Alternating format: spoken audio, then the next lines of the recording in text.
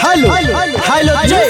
तो जी हाँ, हमारे पूजा कमेटी के जितने भी सदस्यगण हैं वो भीड़ को कंट्रोल करे, नहीं संभले तो प्रशासन को हवाले करे।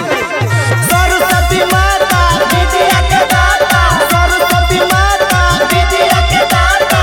चारों तरफ सरस्वती माई के गुंजते रे नाम, चारों तरफ सरस्वती माई के गुंजते रे नाम। डीजे बाजा बजा के करबई माई के भसान, चारों तरफ सरस्वती माई के गुंजते रे नाम, चारों तरफ सरस्वती माई के गुंजते रे नाम। डीजे बाजा बजा के करबई माई के भसान।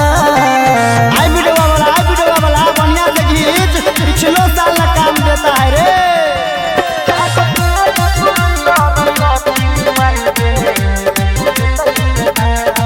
मूर्ति ट्रोली पर ही सजाई, धूम धमाका से हेतै घुमाई, मैया बिना बाली के दही हाथा में अबीर उड़ाई, सभे कमर देतै हिलाई, कोई करिहे नहीं लड़ाई। पूरा शहर गली गली के रोडवा करबई रे जाम। डीजे बाजा बजा के करबई माई के भसान, चारों तरफ सरस्वती माई के गुंजते रे नाम, चारों तरफ सरस्वती माई के गुंजते रे नाम। सरस्वती माता विद्या के दाता, सरस्वती माता विद्या के दाता।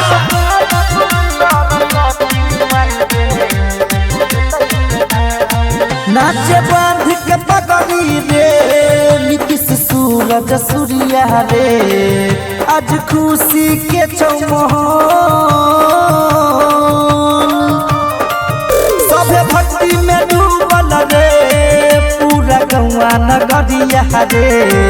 छिए युवा ग्रुप के टोल, गाना बजतई रसतोगी कृष्ण के बतिया ले जान। डीजे बाजा बजा के करबई माई के भसान, चारों तरफ सरस्वती माई के गुंजते रे नाम, चारों तरफ सरस्वती माई के गुंजते रे नाम।